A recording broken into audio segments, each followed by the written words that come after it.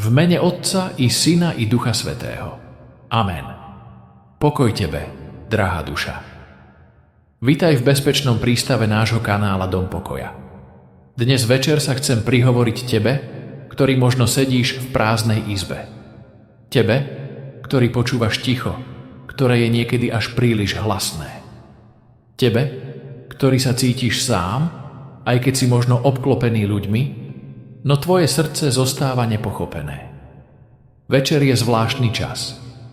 Keď utíchne zhon dňa, keď sa vypnú televízory a odložia telefóny, často na nás doľahne pocit osamelosti. Spomienky ožívajú, prázdne stoličky pri stole bolia viac a otázky prečo sa vracajú bez odpovede.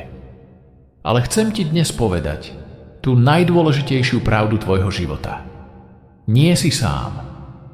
Tvoja samota nie je prázdnota.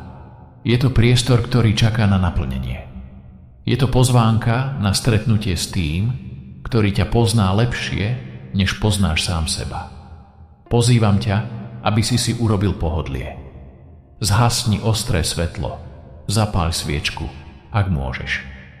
Predstav si, že táto modlitba je mostom, po ktorom Ježiš prechádza priamo do tvojej izby, aby ti robil spoločnosť. Začnime túto modlitbu spoločenstva a útechy. Drahý nebeský Otec, prichádzam k tebe v tichu tohto večera. Vyznávam ti, že sa niekedy cítim opustený. Vyznávam ti, že mi chýba ľudské teplo, porozumenie, dotyk. Niekedy sa pozerám na druhých a zdá sa mi, že všetci majú niekoho, len ja kráčam sám. Ale tvoje slovo hovorí, aj keby ťa otec a matka opustili, ja ťa príjmem. Ty si otec sirôt a ochranca vdov. Ty si priateľ opustených. Ďakujem ti, že v tejto chvíli nie som sám, pretože ty si tu. Tvoj duch naplňa túto miestnosť. Tvoj pohľad spočíva na mne s nekonečnou nežnosťou. Pomôž mi, Pane, premeniť túto boľavú osamelosť na požehnanú samotu s tebou. Pane Ježišu, ty vieš, čo je to samota. Zažil si ju v Getsemanskej záhrade, keď tvoji učeníci zaspali a nechali ťa samého v smrteľnej úzkosti. Zažil si ju na kríži, keď si zvolal: Bože môj, prečo si ma opustil? Ty rozumieš môjmu srdcu. Ty vieš, ako bolí ticho, keď čakáš na zavolanie, ktoré neprichádza. Ty vieš, ako bolí, keď sa nemáš s kým podeliť o radosti dňa. Dnes ťa pozývam do mojej samoty. Príď, Ježiš, sadni si ku mne. Buď mojím hosťom, buď mojím spoločníkom. Rozprávaj sa so mnou.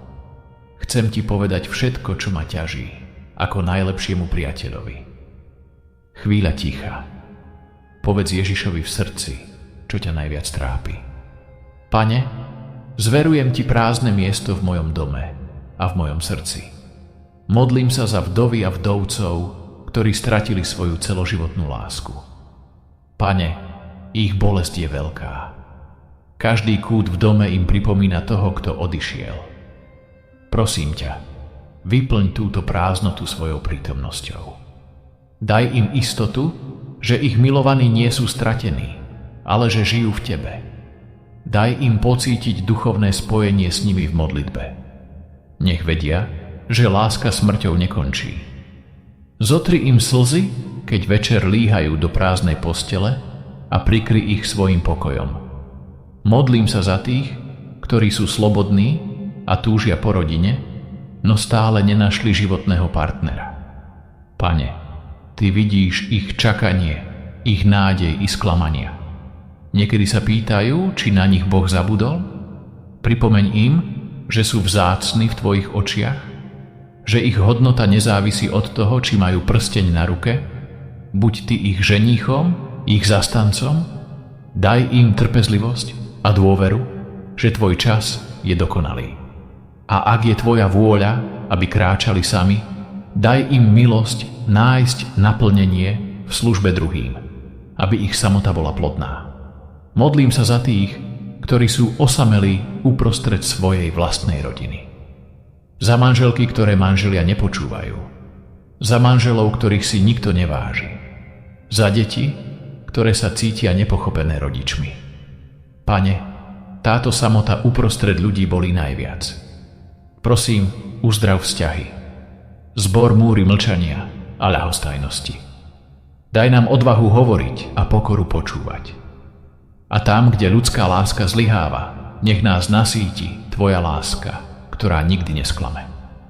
Pane, v tejto chvíli si uvedomujem, že mám neustáleho spoločníka, na ktorého často zabúdam.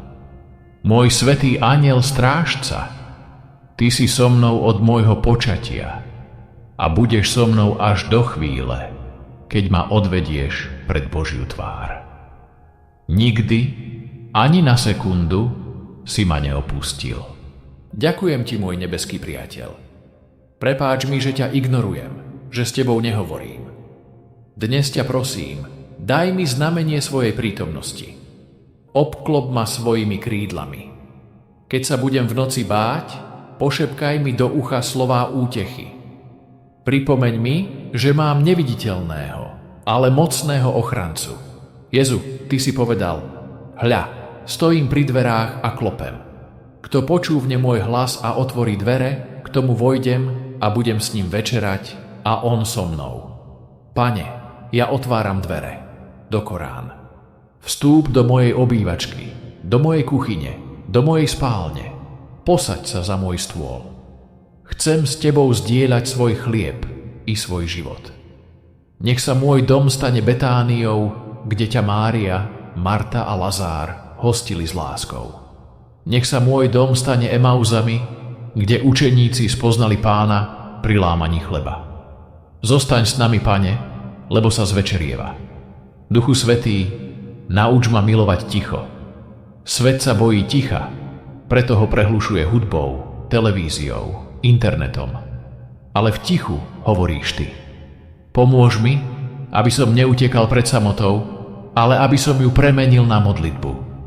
Keď som sám, môžem byť úplne Tvoj. Môžem Ti spievať, môžem plakať, môžem tancovať, môžem čítať Tvoje slovo nahlas. Samota je dar, ak ju prežívam s Tebou. Je to čas intimity, ktorý mi nikto nemôže vziať. Sedembolestná Panna Mária, patronka Slovenska, matka opustených, Ty si zažila samotu po smrti svätého Jozefa a po na nebo vstúpení Tvojho syna. Ale Tvoje srdce nebolo prázdne. Bolo plné spomienok a očakávania.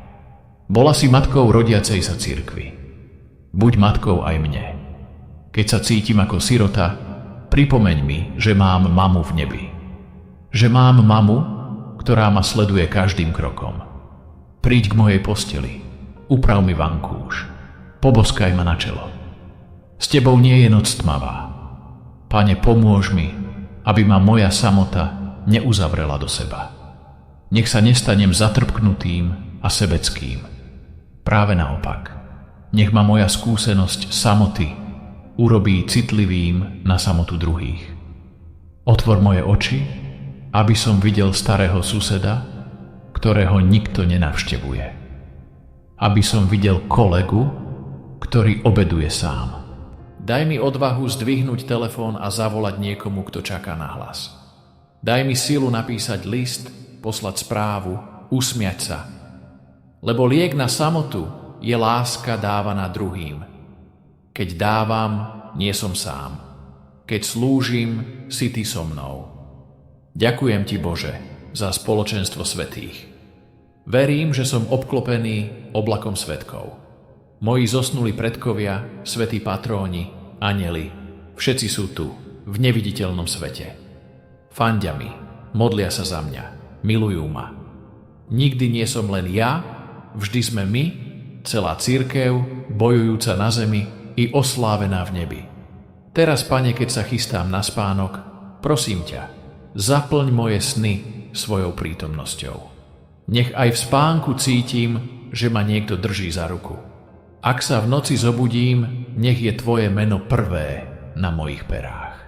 Ježiš, to meno stačí. To meno je prítomnosť. Litánia dôvery v samote. Keď sa cítim nepotrebný, ty si so mnou. Keď sa cítim neviditeľný, ty ma vidíš. Keď ma nikto nepočúva, ty ma počuješ. Keď plačem do vankúša, ty zbieraš moje slzy. Keď sa bojím budúcnosti, ty ma držíš za pravicu. Keď všetci odídu, ty zostávaš. Ty si môj najlepší priateľ. Ty si môj otec. Ty si môj ženích. Ty si moje všetko. Gospod, prijímam túto noc ako dar. Nebojím sa tmy, lebo ty si moje svetlo.